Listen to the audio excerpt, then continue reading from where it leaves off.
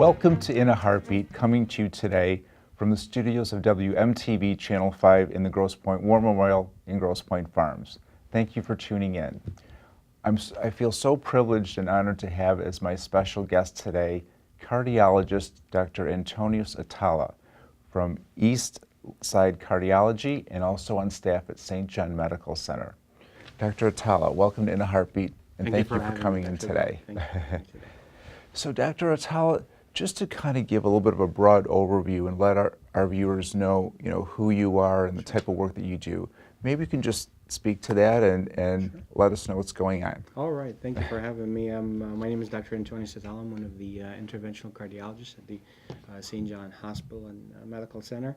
I've been on staff for the past 2 years and been privileged to work with a really fantastic group of people and develop really new technologies and new approaches to treating established disease processes, and we're very happy with some of the things that we have accomplished, and we want to share it with you and your audience. And I'm excited to hear about it. Some of this I'm not aware of myself, and it sounds very interesting.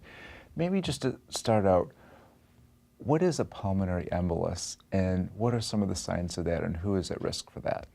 That's a very important question. In common terms, a pulmonary embolus basically is a clot. Usually these clots end up forming in the deep veins of the leg.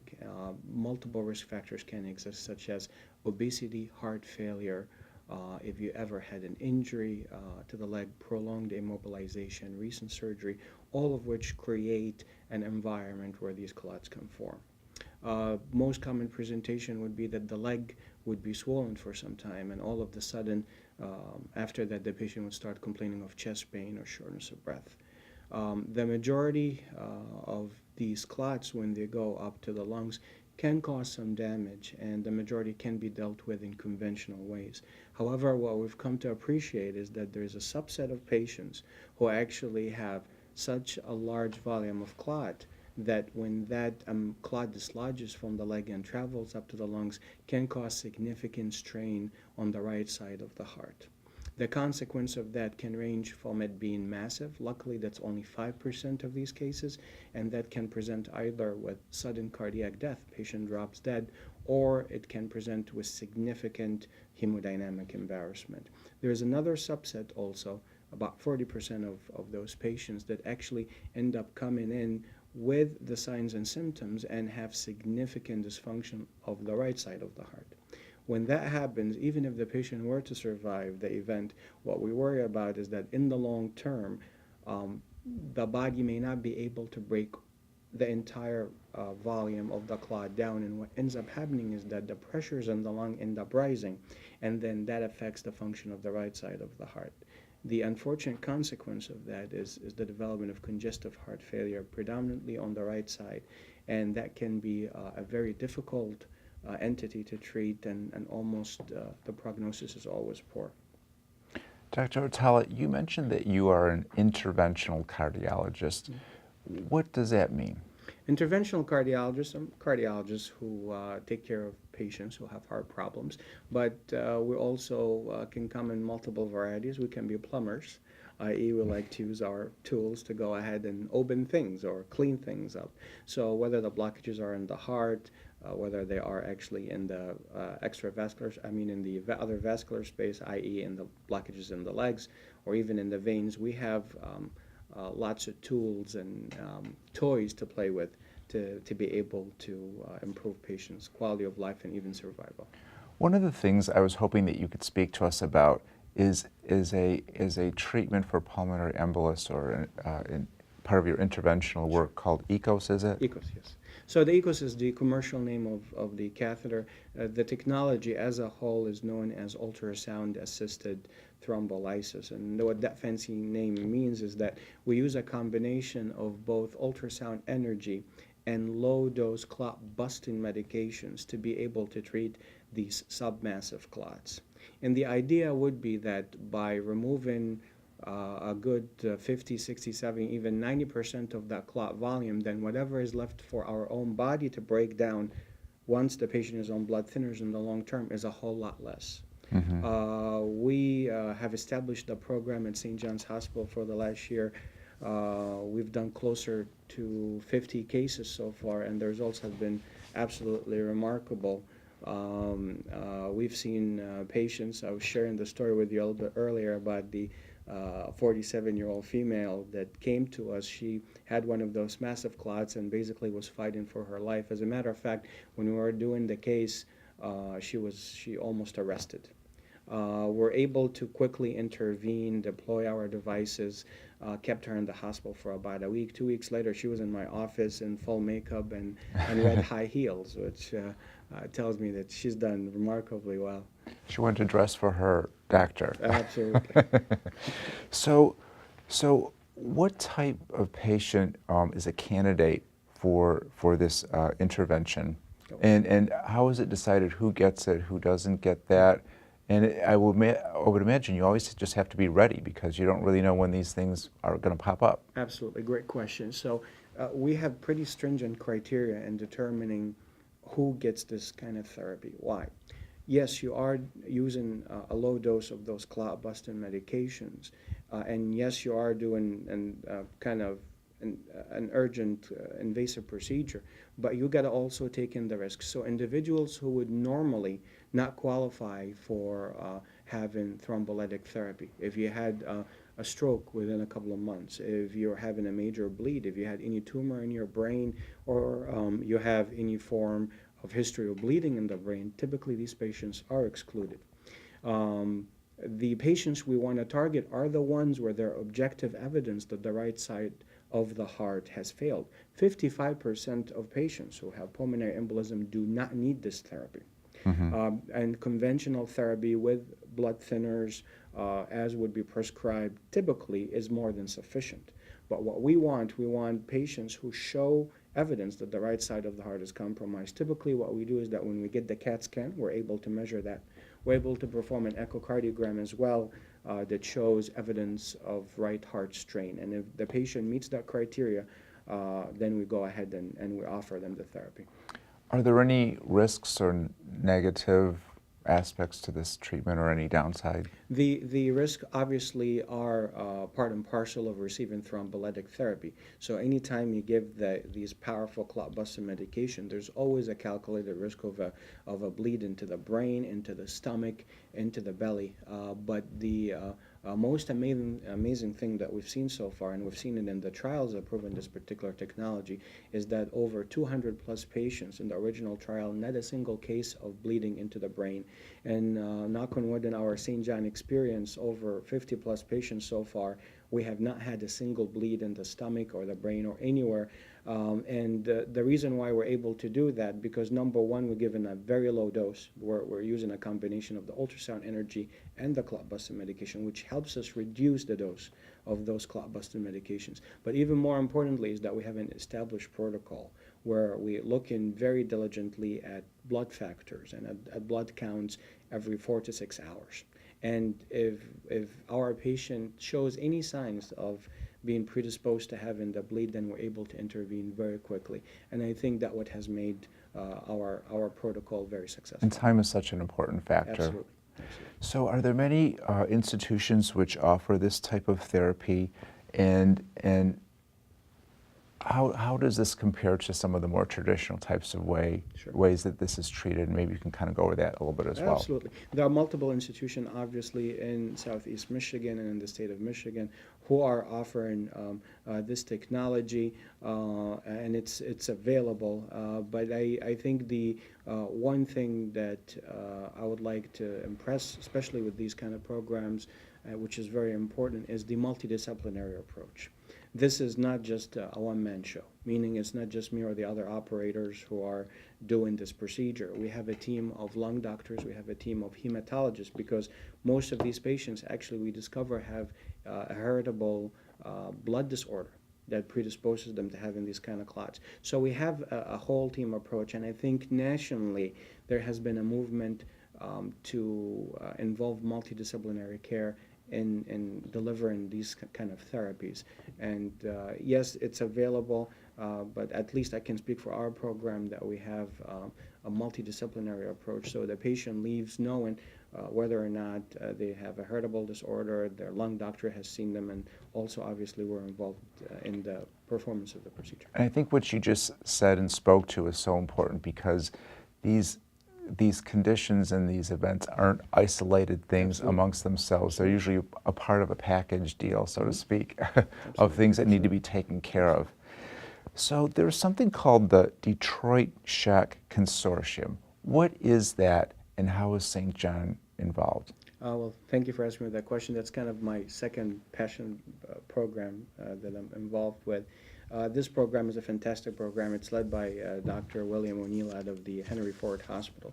And basically, it's addressing a very important topic. And that topic is, what do we do with our patients who present with a heart attack and develop something called cardiogenic shock? What that means is that not only are you just having a heart attack, but the heart muscle, its function generally has diminished severely to the point that you're basically fighting for your life. It's no longer just a regular heart attack. It's a heart attack where the heart muscle has completely failed.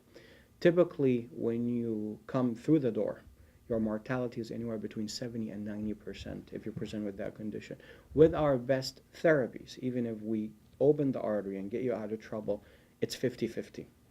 The kind of traditional ways of dealing with this, we're looking at the last 20, 30 years, there really has been little improvement in treating this particular condition. One of the things that Dr. O'Neill obviously is the leader on and was noted in some of the registry data that we have is that maybe approaching this particular cohort of patient differently would make a difference. And the idea is that maybe we need to work on hemodynamically supporting the patient first and then open up the artery. And using that strategy in a study that's being published in the Journal of American College of Cardiology, the outcomes as far as survival is improved from the 50s to almost 80%. That's amazing. It really speaks to a paradigm shift in how we treat this condition. So, we're very lucky and very happy to be participating in the new research effort by Dr. O'Neill, and we will be leading the program at St. John, where we're basically going to be offering hemodynamic stabilization prior to opening up the artery in a kind of comprehensive way, not just looking at one or two parameters, but focusing on the overall function of the heart. The way we're going to achieve that is by using a device called the Impella device, which basically acts as an artificial heart that is inserted percutaneously in the cath lab, and that will help provide the patient between anywhere 3.5 and 4 liters per minute and allow us to actually get the job done, allow us to open up the artery. So by doing so, we're hoping to make a big impact in that regard. How long has St. John had this sort of temporary artificial heart system? We've had it for some time. I think the question becomes how you deploy it, and when do you deploy it? And that is kind of the insight that we are getting by becoming part of the new Detroit Shock Consortium, which is gaining a lot of popularity, a lot of recognition, around the nation. A lot of places are reaching out to us and asking us how you guys doing that, because this is not just one hospital; it's multiple health systems in Southeast. So this is unique to the metropolitan Detroit area. Yeah. Very innovative. That's wonderful. That's wonderful. So what does the consortium hope to achieve? And if somebody comes in, say through the emergency room with some sort of cardiac issue, how is it determined that they fit in a category that would benefit from this program? Sure. So obviously you have to be having a heart attack or just survive sudden cardiac death and resuscitated, but with a good neurological function and showing signs of shock. So shock, we typically define it as having a very low blood pressure, usually a systolic less than 90 millimeters of mercury, evidence that the organs are not receiving enough blood. And once we see that, that's when that's when the light bulb goes on, right? That's when the procedure starts. And once we identify that patient is emergently taken to the cath lab, and we'll proceed with the insertion of the device first. And then we focus on going ahead and open up the arteries and establishing blood flow. And that's kind of different because a typical patient, like when I did at 5 o'clock this morning for your show, had a heart attack. But luckily, she was not in shock. Her blood pressure was fantastic. She had full perfusion of her organs. So in that particular situation, the patient can be treated as usually they would be treated. The idea is to get in and open the artery within 90 minutes or so and establish good blood flow. So that's the kind of difference between the two. But the difference is quite marked because if a patient comes in with a regular heart attack without these signs of shock, usually the risk of dying is about 2%. However, if they come in with acute cardiogenic shock, then you're talking about 50% plus. So the stakes are completely different, and therefore I think it's the right time now to think about a little bit of a paradigm shift of how we can impact this a little bit better. So you really have to have a knowledgeable team in place. Absolutely. Who's properly trained, who work together, who know how to assess these people and how best to take care of them. How were these people trained for this Detroit Shock Consortium, and what are the other disciplines that are involved Sure. in working together? Well, our team, our kind of, our first respondents, our guys in EMS are the guys who are giving us that information. They're the ones who are picking up the patient, and if they're in the rig and they're making the first phone call saying, hey, by the way, I can't get a blood pressure over 80, or the patient just had, VFib and I just shocked him back to life, then we know already that we're in that kind of pathway. Our teams in the ER, our ER docs are going to be very important because they're going to be able to get the patient, help resuscitate them, and at least stabilize them till we're able to take the patient to the cath lab. All the Minutemen and first responders Absolutely. have to be on board with this. Exactly. Dr. Attallah, I'd like to also talk about something called PCI. Mm-hmm. What is PCI, and how are you involved in that in your practice? Sure. PCI is the bread and butter of what we do as interventional cardiologists. It basically stands for percutaneous coronary intervention. And what it means is that a patient comes in, and there are many ways that a patient would come and present to the doctor. Sometimes they're just having chest pain, or what we call stable angina. They exert themselves beyond a certain point, and then they feel shortness of breath, or chest pain, or nausea, or vomiting for no reason, sweats. They relax, and then it goes away. That's one way of presenting. Another way is when all of these symptoms kind of accelerate, or if they happen in at rest, then we worry that the patient is probably having a critical blockage, or in the process of even having a heart attack, the beginning of it. It's kind of a spectrum, and what we do, obviously, is that all patients have to receive optimal medical therapy for coronary artery disease. But for the particular population that's coming in with the angina, I think it's very important to realize that sometimes medical therapy is not enough, and sometimes the amount of heart muscle that's at jeopardy is out of proportion to what medical therapy can achieve, and that's where we come in. The idea basically is that if you have a critical blockage, we're able to balloon the blockage and deploy a stent to restore normal blood flow.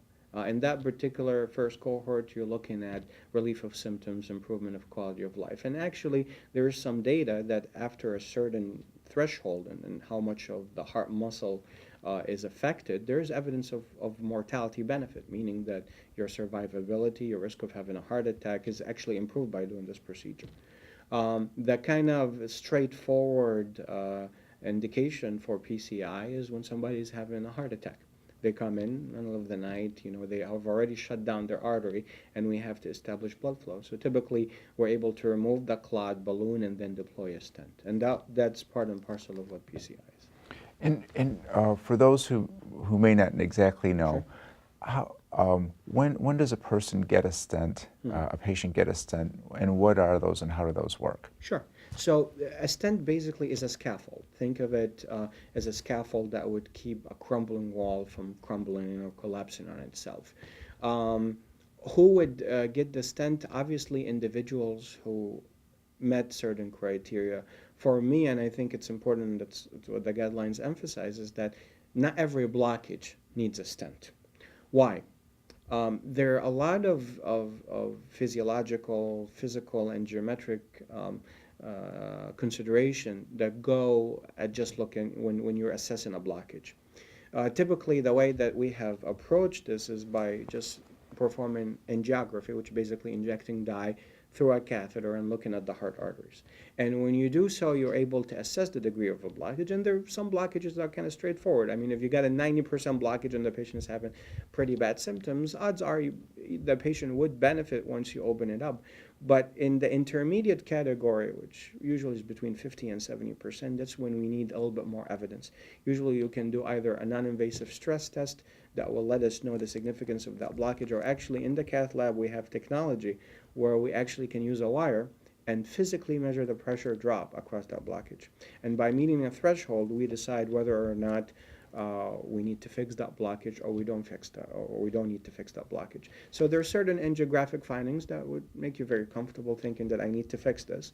But in the intermediate category, or if the patient never really had a good stress test before, then I think doing what we're calling an ischemic evaluation is warranted. Do any of the tools that you have and the work that you do, does it help at all with carotid arteries, or helping to treat or prevent strokes, or Absolutely. or is that in somebody else's ballpark? Yeah, I mean, it's kind of shared territory. Yes. The world of interventional cardiology is like one big circle, and there are a lot of intersecting circles with other disciplines. But absolutely, as interventional cardiologists, if there are significant blockages within the carotid arteries in selected patients who meet our criteria, they may be eligible for receiving a carotid stent.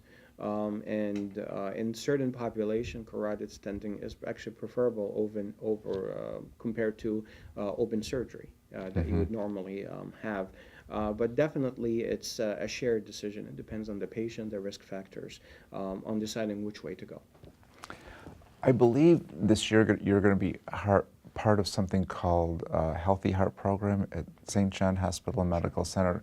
Can you tell us what that is and what that's about? Well, thank you for asking me. This is actually a great program. It's a fantastic opportunity for our community to kind of participate in health awareness and getting, to know what's going on. We provide blood pressure checks, heart monitoring, education about all the things we talked about: coronary artery disease, peripheral vascular disease, and even testing is available as well. And the idea is to raise the awareness in the community about these problems. And more often than not, I would have a patient come into the office, and we would have a poster about, the signs and symptoms, like, "Doc, I got 3 or 4 out of these." Mm-hmm. So by holding this fair, we're hoping that people would come and get educated about these things, and hopefully when they see that, it's a great thing that if you don't have any of them, but also be educated so that you can educate others about what to look for to prevent problems in the future. That's a wonderful service. And speaking of prevention, how does diet play a role in the diseases that you see at your end of the level, where there are symptoms and people need intervention? What leads up to that in terms of what you know and what's the latest in terms of diet? Sure. Well, the importance of diet cannot be overstated. Most of the plaques that end up rupturing, these are the kind of small areas that end up leading to a heart attack. And think of it as the cholesterol buildup that's forming. That's actually did not build in a day and a night. That began usually in our 20s, in our 30s, in our 40s. And people don't realize that. Exactly. You're 20, life is great, you're feeling good, you're doing whatever you want to do, you think you probably eat whatever you want to eat, but really not so, is it? Babies, there have been studies where babies as young as 1 year old have noted to actually have cholesterol streaks in their arteries. So, I always say that we start dying with the first breath that we take. And the reason why that's the case, because we inhale oxygen. And oxygen gets broken down into something called free radicals. Think of free radicals as basically somebody holding a machine gun and hitting the artery walls, the inside of the arteries. Mm-hmm. And that process of inflammation, that process of injury, coupled with bad diet that's high in cholesterol, is what leads to atheroma formation. And atheroma basically what gives you a plaque, and that plaque can rupture and gives you a heart attack. So I think instilling good, healthy dietary habit early on in life is going to be very important, so that later on in life you're not seeing a lot of these problems. So eating right, making sure that you're getting all of your food groups, avoiding a lot of processed foods, avoiding a lot of, the epidemic of our generation is sugar, corn Yes. syrup. We're starting to see right now a lot of people in their late 40s having heart attacks, having strokes. We did not see that before. In the generation before, in the baby boomers, we did not see that. So I think a lot of it has to do with what happened in the last 30 or 40 years in terms of our dietary supplementation, the way that we've used corn syrup, a lot of these things that come to bear. So the best thing that can be done is eat healthy and start doing so early. And so what many people don't necessarily realize, but it speaks to your point, the time to really to have the most impact is when you don't have any symptoms, you're feeling great, everything seems to be going well, and if you aren't doing that already, eat healthy and exercise. Absolutely. And what about exercise? How does that play a role? Sure. Exercise is extremely important. All of my patients know a mnemonic, 15, 5, 15. 15 minutes of walking or exercise 5 days a week will cut your risk of having a heart attack by approximately 15%. It's actually 13, but I made it 15 to make it It's an easy number to remember. Easy number to remember. So it's better than any medication out there. A body in motion is always in motion. We know a very simple rule, that if I take two patients and both of them have severe three-vessel coronary artery disease, I put the first patient, they're able to walk on the treadmill for 5 minutes, or 2 minutes or 3 minutes. I put the second patient on the treadmill and they're able to walk 10 to 15 minutes, despite having the same exact degree of blockages. The guy or the gal who's on the treadmill for 10 to 15 minutes will almost always do better in terms of outcomes. So regardless of what pathology you have, your conditioning and the physical shape that you're in will have an immediate powerful impact on outcomes. So to a small extent, more is better when it applies to exercise. Sure. As long as Exactly. as long But as you it's good have for to you. be in some form, even walking, even just simply walking is good enough.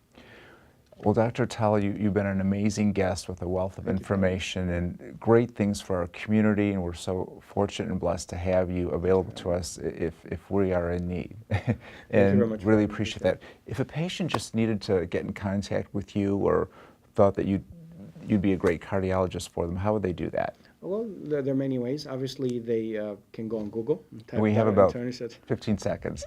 Or they can look at the St. John website. All of my contact info is there. So your contact information is there, and you're on the St. John website, and you can always Google your name, and Absolutely. it'll be below him during the presentation. Well, thank you so thank you much. very much You've for been having me, Dr. an amazing Appreciate it. guest. Thank you. And thank you as well. We appreciate that you tuned into us, and hopefully you found this as valuable. I know I did. And have a great day.